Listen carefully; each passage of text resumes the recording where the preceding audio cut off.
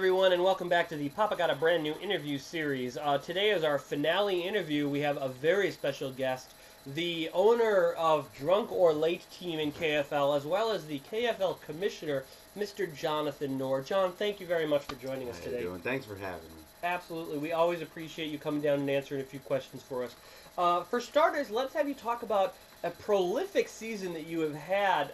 Drunk or Late went 10-0 before getting their first loss. It was the longest unbeaten streak in KFL history. Can you talk to us a little bit about how it felt to go 10-0 and what it was like to have your first loss of the season just a few weeks ago? Well, it's been incredible. It's been a lot of fun. I have to give a lot of to pre-draft. A lot of credit goes to the people who dealt with pre-draft. We did a great job drafting. Coaching's been great, keeping our guys motivated all season. It's been a lot of fun. We've been very lucky as far as the injury bug goes. Hasn't really affected our team too much. Fingers crossed it won't. But as we continue on, we're just looking. We only have one goal, so we're really trying to continue on and make sure that we win the championship this year. Absolutely, and Drunk or Late has some very high hopes to go all the way. The expectations are at the top level. Let me ask you, with that first loss that you received just a few weeks ago, I'm sure it was very heartbreaking for you. Did you feel like your team had the goal of going undefeated for the entire season? Well, it's never been done in the KFL before, so you don't want to put expectations too high on your team. But when you've only got 3 games left, that thought's going to be in every team's mind. It's just going to happen. So we tried to play down expectations as the season got along and made sure that people understood the fact that we're only looking for the playoffs and for the main championship win. Absolutely. Let me shift gears a little bit here and speak to that dichotomy of your role. You are an owner in the KFL as well as a commissioner of the league. Tell me what it's like to play both sides, as it were. It's challenging. It's really hard to do. I really have to make sure that no matter what decision I make, it has to appear fair. It has to be for the best interest of the league. That's why every year when the schedule is set, when the draft order is set, there are other team owners here. They're here to make sure that things are done with no special treatment for my team or any other. So it's a really big challenge as we go through the league and through the years. And you talk very well about having a transparency when you're setting a draft order and things like that.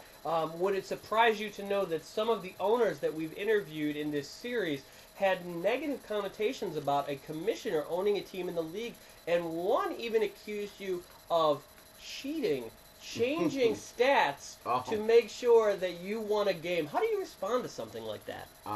Well, I don't know the facts of it. I'll have to look into it.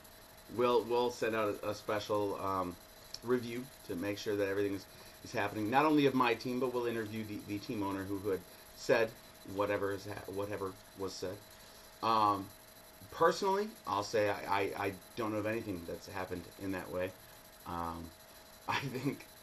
know that this league has been run in the utmost fair and proper manner. I think there's no problems here.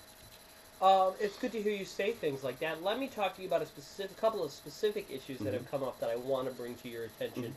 In this year's league specifically, owners have had issues with not only the schedule as far as divisional games early in the season, and then not having any divisional games late, as well as some team members not having as many home games, making it difficult for them to bring in the revenue that they need having games at home. How do you respond to things like that? I've heard these. I understand it. I understand this comment. It's completely understandable. There are teams out there who have voiced their complaint many times to me, and we are looking into possible solutions. But unfortunately, our regular season in this league is 13 weeks. It's 13 weeks, so 7 weeks at home, 6 weeks away, and it switches for different teams as well. Sometimes they're opposite. Sometimes you don't have as many, sometimes you have more. We want to eventually get to a symmetrical 7-7 system for regular season. As far as interdivision, we are actually looking into, and we're not going to say completely that we're set yet, but when the owners' meeting occurs later in the off season, we're going to we're going to discuss possible changes to the schedule and see how we can make it better for each team. Absolutely, and thank you for sharing that information with us, John. I want to apologize to our viewers at some of our camera work.